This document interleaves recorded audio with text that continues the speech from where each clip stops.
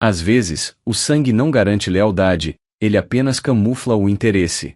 Clara sempre acreditou que seu sucesso financeiro era a vitória de toda a sua família, até que uma fresta de porta e um brinde regado a cinismo em uma noite de Natal revelaram a amarga verdade. Para sua mãe e irmãos, ela era apenas um caixa eletrônico indesejado. Mas o que eles esqueceram é que quem constrói o império também detém as chaves do castelo, e o presente de Natal deles seria uma lição inesquecível sobre as consequências da ingratidão. Antes de começarmos essa história incrível, não se esqueça de curtir o vídeo, se inscrever no canal e contar pra gente nos comentários de onde você está ouvindo essa história. O céu de Curitiba naquela noite de 24 de dezembro não tinha nada de misericordioso. Uma garoa fina e gelada insistia em embaçar o para-brisa do meu carro, enquanto eu manobrava pelas ruas arborizadas de Santa Felicidade. O relógio no painel marcava quase 10 da noite. Eu estava exausta. Meus ombros pesavam como se eu estivesse carregando o mundo neles, e, de certa forma, eu estava. Como diretora executiva da rede de logística que eu mesma fundei do zero, os últimos meses tinham sido um borrão de planilhas, negociações sindicais e noites em claro para garantir que todos os meus funcionários recebessem o 13º adiantado e os bônus de produção. Eu queria que eles tivessem um Natal farto. Ironicamente, eu mal tive tempo de comprar um vestido novo para mim. Estacionei em frente à mansão de muros altos e portões de ferro fundido. Aquela casa era o meu orgulho, ou deveria ser. Eu a comprei há 3 anos para que minha mãe, Stella, pudesse viver com o conforto que nunca teve na juventude. Mas, conforme eu descia do carro, sentindo o choque do ar frio contra o meu rosto, o que eu sentia não era satisfação, era um cansaço existencial. No banco de trás, sacolas de grife transbordavam, um relógio importado para Otávio, um console de última geração para o filho de Maurício, joias para Fabiana, minha cunhada, e um casaco de pele sintética francesa para minha mãe. Eu era o Papai Noel de terno e olheiras. Apertei o controle do portão e caminhei pela calçada de pedra São Tomé. A iluminação de Natal que eu paguei para uma empresa instalar brilhava em tons de azul e prata, refletindo nas poças d'água. Antes de tocar a campainha, percebi que a porta principal estava apenas encostada. O som de risadas altas e o tilintar de cristais escapavam para o jardim. Parei por um segundo, respirando o fundo cheiro de pinheiro úmido e o aroma distante de peru assado que vinha da cozinha. Eu só queria um abraço e um prato de comida quente. Ao me aproximar da fresta da porta, ouvi a voz de Otávio, meu irmão mais velho, sempre carregada daquela arrogância de quem nunca precisou suar a camisa para pagar um boleto, já que eu o mantinha em um cargo de gerência onde ele mal aparecia para trabalhar. Já passamos das 10. Será que a general finalmente nos deu uma folga hoje? Ele disse, e ouvi o som de vinho sendo servido. Graças a Deus, a Clara não apareceu ainda, respondeu Maurício, meu outro irmão, com um tom de deboche que me cortou como uma lâmina fria. O Natal fica muito mais leve sem as palestras dela sobre eficiência e foco no mercado. Ninguém queria ela aqui hoje estragando o clima com aquele ar de superioridade de quem paga as contas. Meu coração falhou uma batida. Fiquei paralisada, com a mão suspensa no ar, a poucos centímetros da madeira entalhada da porta. Eu esperava que minha mãe, Stella, desse um basta naquilo. Ela sabia o quanto eu tinha trabalhado. Ela sabia que eu tinha acabado de sair da empresa para passar o Natal com eles. Mas o que ouvi a seguir foi o golpe final. Ah, meninos, deixem disso. A voz de minha mãe surgiu, entremeada por uma risadinha cínica que eu nunca tinha ouvido antes. Vocês sabem como ela é. Clara adora se sentir a mártir da família. Ela faz questão de chegar atrasada só para todos notarem o quanto ela se sacrifica. Mas confesso, é um alívio não ter que ouvir ela reclamando do preço da decoração ou do buffet. Vamos brindar a nossa paz. A nossa noite sem a Clara. Saúde! Gritaram os 3 em coro, seguido pelo som dos copos de cristal, que eu havia trazido da minha última viagem em República Tcheca, se batendo em um brinde festivo. O frio que eu sentia lá fora não era nada comparado ao gelo que se instalou no meu peito. Eu não era uma pessoa, eu era um provedor indesejado. Para eles, minha presença era um preço a pagar pelo luxo que desfrutavam, e naquele momento, eles estavam celebrando o fato de não terem que pagar esse preço. Senti o gosto amargo da traição subindo pela garganta. Anos de abdicação, de pagar as dívidas de jogo de Otávio, de financiar os negócios fracassados de Maurício e de garantir que minha mãe vivesse como uma rainha, tudo desmoronou em uma frase. Recuei lentamente. Meus saltos não faziam barulho no tapete de entrada que eu mesma escolhera. Voltei para o carro sob a chuva que agora apertava. Joguei as sacolas de presentes no chão do passageiro com uma fúria silenciosa. Entrei no veículo e bati a porta, o som ecoando na rua deserta. Minhas mãos tremiam no volante, mas não era de frio. Era de uma clareza absoluta e cortante. Liguei o motor, mas não dei partida. Peguei meu celular e disquei um número que eu conhecia de cor. Dr. Alencastro, meu advogado e braço direito há uma década, atendeu no terceiro toque. Clara. Aconteceu alguma coisa? São quase 10h30 da noite de Natal. A voz dele estava preocupada. Alencastro, sinto muito interromper sua ceia. Mas preciso de uma ação imediata. Lembra da cláusula de usufruto da mansão de Santa Felicidade? E do contrato de comodato dos veículos que os meus irmãos usam? Sim, claro. Está tudo vinculado à holding. Eles têm o direito de uso enquanto você permitir, como discutimos na última reestruturação patrimonial. Por quê? Eu quero que você acione a empresa de segurança privada agora. Quero a notificação de desocupação imediata por quebra de conduta prevista no contrato de manutenção. Além disso, envie o comando de bloqueio remoto para o rastreador do SUV do Otávio e do sedã do Maurício. Agora, Alencastro. Em 20 minutos, quero aquela festa encerrada. Clara, você tem certeza? É Natal. Ele hesitou por um segundo. Eles acabaram de brindar a minha ausência, Alencastro. Eles não querem a Clara? Pois bem, eles vão ter exatamente o que pediram. A Clara, o dinheiro dela e as propriedades dela estão saindo da vida deles agora mesmo. Desliguei o telefone. Olhei pelo retrovisor para a casa iluminada, onde as luzes de Natal ainda piscavam, alheias à tempestade que estava prestes a desabar lá dentro. Eu não choraria. Eu tinha construído um império, e estava na hora de mostrar para aqueles parasitas que, sem o alicerce, o teto sempre cai. Manobrei o carro e saí dali, sentindo, pela primeira vez em anos, um peso saindo dos meus ombros, substituído por uma determinação gélida. A festa de Natal da família acabaria em 20 minutos, mas a minha libertação estava apenas começando. O asfalto molhado da Avenida Manuel Ribas refletia as luzes avermelhadas dos semáforos, criando um rastro de sangue luminoso que parecia guiar o meu caminho para longe daquela farsa. Eu dirigia sem um destino imediato, apenas sentindo a vibração do motor do meu SUV sob as mãos, um lembrete físico de que as únicas coisas que eu realmente possuía eram aquelas que eu havia conquistado com o meu próprio esforço. O silêncio dentro do carro era denso, interrompido apenas pelo ritmo hipnótico dos limpadores de para-brisa. Eu me lembrava, com uma nitidez dolorosa, de cada feriado que passei trabalhando no galpão da empresa, cercada por caixas e empilhadeiras, enquanto enviava transferências bancárias para que Maurício pudesse passar o verão em Jurerê Internacional ou para que Otávio trocasse de carro pela terceira vez no mesmo ano. Eu era a general, não era? Pois bem, um general sabe exatamente quando é hora de bombardear as próprias pontes para impedir que o inimigo avance. Meu relógio inteligente vibrou no pulso. Era uma notificação do sistema de monitoramento remoto da mansão. Através da tela, eu podia ver o registro em tempo real. Os códigos de acesso dos portões haviam sido revogados. O cronômetro que eu mentalmente disparei quando desliguei com Alencastro estava correndo. Eu sabia exatamente o que estava acontecendo agora. A Alfa Segurança Privada, empresa que presta serviço para minha holding, já deveria ter enviado a unidade tática que fica de prontidão no bairro. Imaginei a cena, 2 homens altos, de fardas pretas e feições impenetráveis, batendo a porta daquela ceia regada à hipocrisia, portando a notificação judicial de retomada de posse e a ordem de desocupação imediata por descumprimento contratual. De repente, o painel do carro iluminou-se com o nome de minha mãe. Estela. Hesitei por 3 segundos, ouvindo o toque polifônico que agora me soava como um alarme de incêndio. Atendi, mas não disse uma palavra.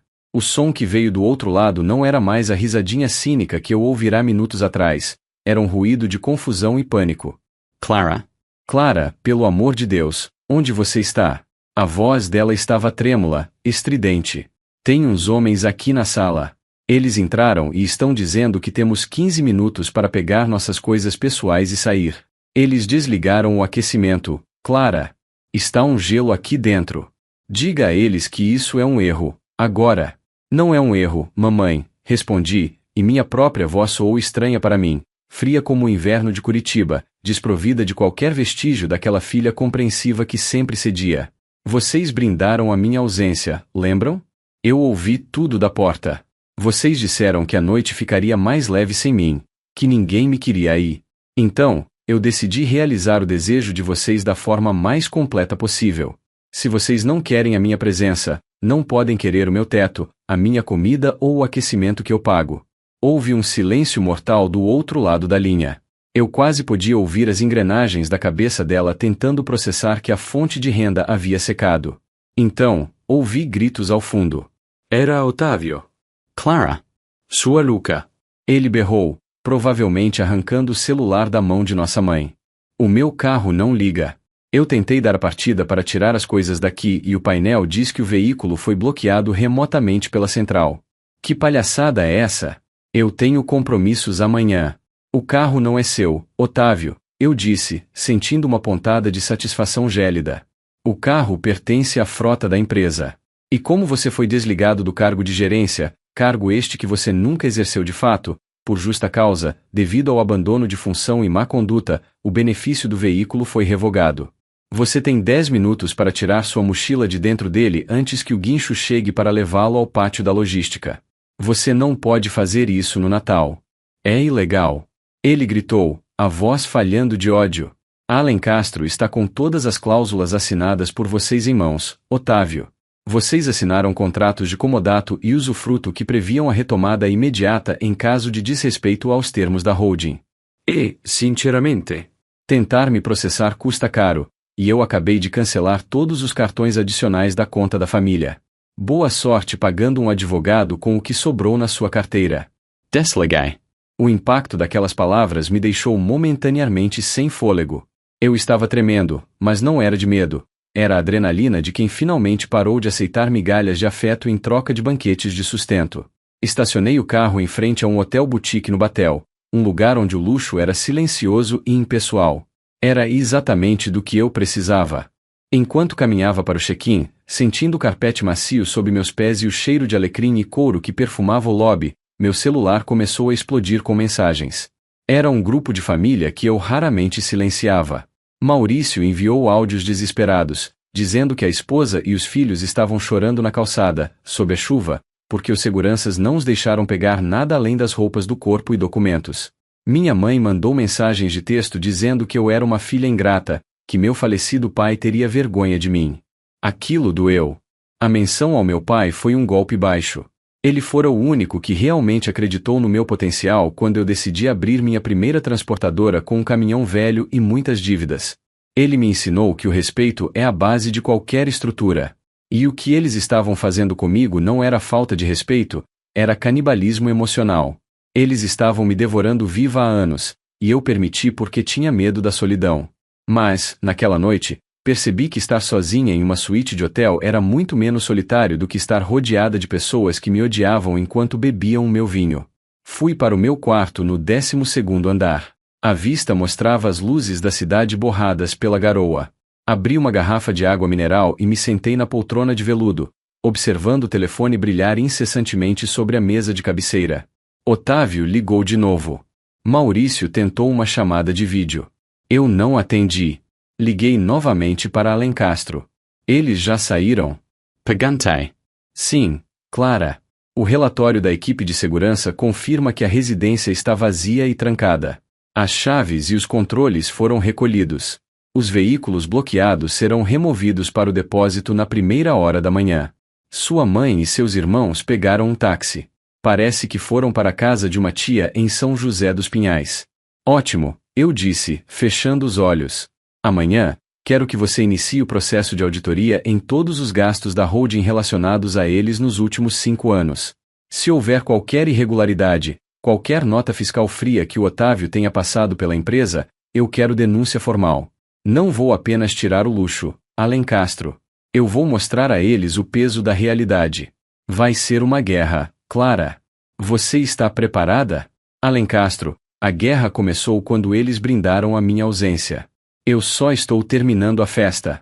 Desliguei e caminhei até a janela. Lá fora, o Natal continuava para o resto do mundo. Mas para a família que eu conhecia, o tempo de vacas gordas tinha acabado. E o pior, ou melhor, ainda estava por vir. Eu ainda tinha 3 dias antes do ano novo para desmontar, peça por peça, cada privilégio que eles achavam que era um direito adquirido.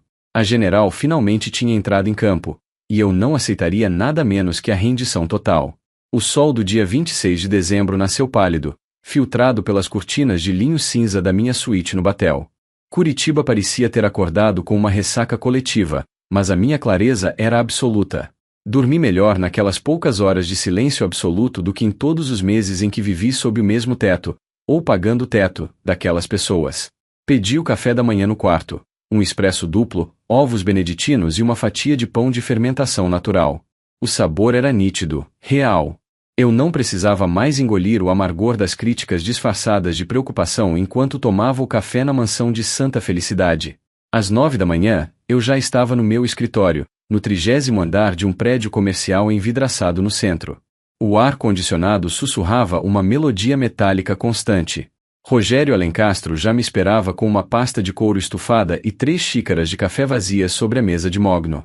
Ele parecia não ter dormido, mas seus olhos brilhavam com o tipo de intensidade que só um advogado brilhante possui quando encontra o fio da meada. Clara, eu comecei a puxar os extratos da conta de representação que o Otávio gerenciava, Rogério disse, sem preâmbulos, espalhando uma série de planilhas sobre a mesa. O que encontramos aqui não é apenas incompetência. É má-fé estruturada. Ele estava desviando cerca de 20% do valor dos contratos de manutenção da frota para uma empresa de fachada em nome de um laranja. Uma tal de Sul-Log Peças. Sabe quem é o dono no papel? O primo da Fabiana, sua cunhada. Senti um peso no estômago, mas não era surpresa. Era a confirmação técnica de uma dor que eu já sentia na alma. Eu pagava o salário dele, os bônus, o carro, o plano de saúde da família dele, e ele ainda sentia a necessidade de me roubar pelas costas. Eu o coloquei lá para que ele tivesse dignidade, mas ele preferiu a ganância clandestina. E o Maurício? Perguntei, cruzando os braços e observando a garoa que voltava a fustigar os vidros do escritório. O Maurício foi mais criativo. Rogério suspirou, ajustando os óculos. Ele usou o fundo de reserva da holding, que você deu acesso para emergências imobiliárias, para investir em criptoativos de alto risco e esquemas de pirâmide. Ele perdeu quase R$800 mil nos últimos 18 meses. Para cobrir o buraco antes da sua auditoria anual, ele falsificou assinaturas em 2 contratos de locação de galpões que nem sequer existem. Eles acharam que eu nunca olharia para baixo, murmurei, sentindo uma risada seca brotar na garganta. Eles acharam que a general estava ocupada demais ganhando dinheiro para perceber como eles o gastavam. Meu telefone vibrou sobre a mesa. Era um número desconhecido, mas eu sabia o prefixo. Era de São José dos Pinhais. Provavelmente o telefone da minha tia Odete, a única parente que ainda os aturava. Atendi no viva voz, para que Rogério pudesse ouvir. Clara? Sou eu, Maurício. Por favor, não desliga. A voz dele estava rouca, desprovida de qualquer traço daquela arrogância natalina. A mamãe passou mal à noite. A pressão dela subiu muito. Estamos aqui na Odete, mas é um ovo, Clara. Meus filhos estão dormindo em colchonetes na sala. A Fabiana não para de chorar. A gente cometeu um erro, foi o álcool, a gente não pensa aquelas coisas de você. O álcool apenas liberta a verdade que a sobriedade tenta esconder, Maurício, respondi, com uma calma que parecia incomodá-lo mais do que se eu estivesse gritando. E eu não estou falando apenas do brinde. Estou falando da Sul-Log Peças. Estou falando dos R$800 mil que você vaporizou em pirâmides financeiras usando o nome da minha holding. Houve um silêncio súbito do outro lado. O som da respiração ofegante dele era a única coisa que preenchia a sala. Como você? Clara, a gente pode explicar. Era para a família. Eu queria multiplicar o capital para não dependermos tanto de você. Mentira, interrompi. Você queria o luxo sem o mérito. Você queria ser o dono do jogo sem nunca ter sentado à mesa para aprender as regras. Escute bem, Alencastro está aqui comigo. Já demos entrada na revogação total de todos os privilégios. As contas de vocês foram notificadas por fraude. Se vocês tentarem vender qualquer bem que esteja em nome das empresas, a polícia será acionada imediatamente. E sobre a nossa mãe, se ela estiver passando mal, leve-a a um hospital público. O plano de saúde executivo que eu pagava para ela e para todos vocês foi cancelado à meia-noite. Você é um monstro. Foi a voz de Otávio que surgiu ao fundo, gritando. Você vai deixar sua própria mãe morrer por causa de orgulho? Não é orgulho, Otávio. É consequência. Se ela está doente, é pelo peso da consciência de ter criado 2 parasitas e ter se tornado uma também. Eu dei a vocês o mundo, e vocês tentaram me enterrar nele. Agora, aprendam a caminhar sobre a terra que vocês mesmos cavaram. Desligai. Rogério me olhou com uma mistura de respeito e preocupação. Ele sabia que, por trás daquela armadura de executiva implacável, havia uma mulher que tinha acabado de amputar a própria família para salvar a própria vida. O que vem a seguir, Clara? Ele perguntou suavemente. O golpe de misericórdia, Rogério. Quero que você prepare a venda da mansão de Santa Felicidade. Não quero mais aquele imóvel no meu portfólio. E quero que as notas de débito por desvio de capital sejam enviadas formalmente para os endereços deles. Eles têm 10 dias para apresentar uma proposta de ressarcimento ou eu entrarei com a queixa-crime. Eles não têm um centavo, Clara. Você sabe disso. Eu sei. Mas eles têm tempo. Tempo para pensar no que fizeram enquanto procuram um emprego de salário mínimo para pagar os advogados que não poderão contratar. Saí da sala de reuniões e fui até a copa do escritório. O cheiro de café fresco e de produtos de limpeza caros era o perfume da minha nova realidade. Eu não tinha mais uma família, é verdade. Mas, pela primeira vez em 10 anos, eu tinha a mim mesma. Olhei para a Serra do Mar ao longe, as nuvens pesadas se movendo lentamente. O ano novo estava chegando, e eu pretendia entrar nele sem nenhum peso morto arrastando os meus pés. A festa de Natal tinha sido encerrada, mas a conta finalmente tinha chegado para os convidados ingratos. E eu faria questão de cobrar cada centavo, não pelo dinheiro, mas pela lição que eles se recusaram a aprender com amor e que agora teriam que aprender com a dor. O dia 31 de dezembro em Curitiba trouxe um céu tingido de um laranja metálico, daquele tipo que precede as trovoadas de final de tarde de verão. Eu estava no 28º andar de um dos edifícios mais icônicos do Batel, em um restaurante que oferecia uma visão de 360 graus da capital paranaense. O vento soprava forte nas janelas de vidro duplo, um zumbido constante que parecia abafar o caos que eu deixará para trás nos últimos 7 dias. Eu vestia um conjunto de seda branca, impecável, e segurava uma taça de cristal com um espumante Brut Nacional, premiado, que descia pela garganta com uma acidez vibrante e refrescante. Pela primeira vez em anos, eu não estava preocupada com quem estava sentado à mesa comigo. Eu estava acompanhada da minha própria paz, e esse era o convidado mais caro que eu já havia recebido. Rogério Alencastro havia me enviado o relatório final por e-mail apenas 2 horas antes. O documento era o testamento do fim de uma era. A mansão em Santa Felicidade fora vendida em tempo recorde para um investidor de Santa Catarina que não fez perguntas. O valor, embora abaixo do mercado pela pressa, já estava depositado em uma conta de investimentos que meus irmãos e minha mãe jamais teriam o poder de tocar. Otávio e Maurício, após 3 dias de bravatas e ameaças vazias via mensagens de áudio, finalmente sucumbiram à realidade quando a notificação da queixa-crime por estelionato e desvio de fundos chegou às mãos deles, entregue por um oficial de justiça na casa humilde da tia Odete. Imaginei a cena, o cheiro de mofo e fritura da cozinha de Odete misturado ao perfume barato que a Fabiana insistia em usar, enquanto eles liam as palavras réu e indiciamento. Meu telefone, que eu mantinha em modo silencioso sobre a toalha de linho, brilhou. Era uma mensagem de texto de minha mãe. Não havia mais pedidos de perdão ou insultos sobre meu pai. Apenas a pergunta nua e crua: onde vamos morar amanhã? Sorri para a tela, um sorriso que não carregava alegria, mas uma justiça fria. Digitei a resposta com os dedos firmes. Onde o suor do trabalho de vocês puder pagar. Eu já paguei o aluguel do primeiro mês de um apartamento de 2 quartos no Pinheirinho. Está no nome do Maurício. A partir de fevereiro, a conta é de vocês. Os currículos de vocês foram enviados para agências de emprego de nível operacional. Sugiro que não faltem as entrevistas. Bloqueei o número. A sensação de cortar aquele cordão umbilical, que já estava apodrecido há muito tempo, foi como remover um estilhaço de vidro que estava alojado na minha carne. Doía, sim, mas era a dor da cicatrização. Olhei para a Serra do Mar no horizonte, as nuvens pesadas começando a despejar a chuva típica de fim de ano sobre os pinheirais. Eu me lembrava de cada Natal em que eu fingia não ver os olhares de desdém quando eu falava de negócios. Lembrava-me das vezes em que Maurício esquecia a carteira em jantares caros, e de como Otávio ria pelas costas quando eu dizia que estava cansada. O brinde que eu ouvirá na noite de Natal não foi o início da traição. Foi apenas o ponto de exclamação de uma frase que eles vinham escrevendo há décadas. O garçom aproximou-se silenciosamente, oferecendo-me um antipasto de queijo brie com mel de flores de laranjeira. O aroma doce e terroso preencheu o espaço entre nós. Deseja algo mais, Dona Clara? Ele perguntou, com uma deferência que eu sabia que era comprada, mas que, ao contrário da minha família, era honesta em sua transação. Apenas o silêncio, por favor, respondi, e ele assentiu, retirando-se com a elegância de quem entende o valor da privacidade. Voltei meus pensamentos para minha empresa. Naquela manhã, eu havia assinado a promoção de 3 funcionários que estavam comigo desde o início.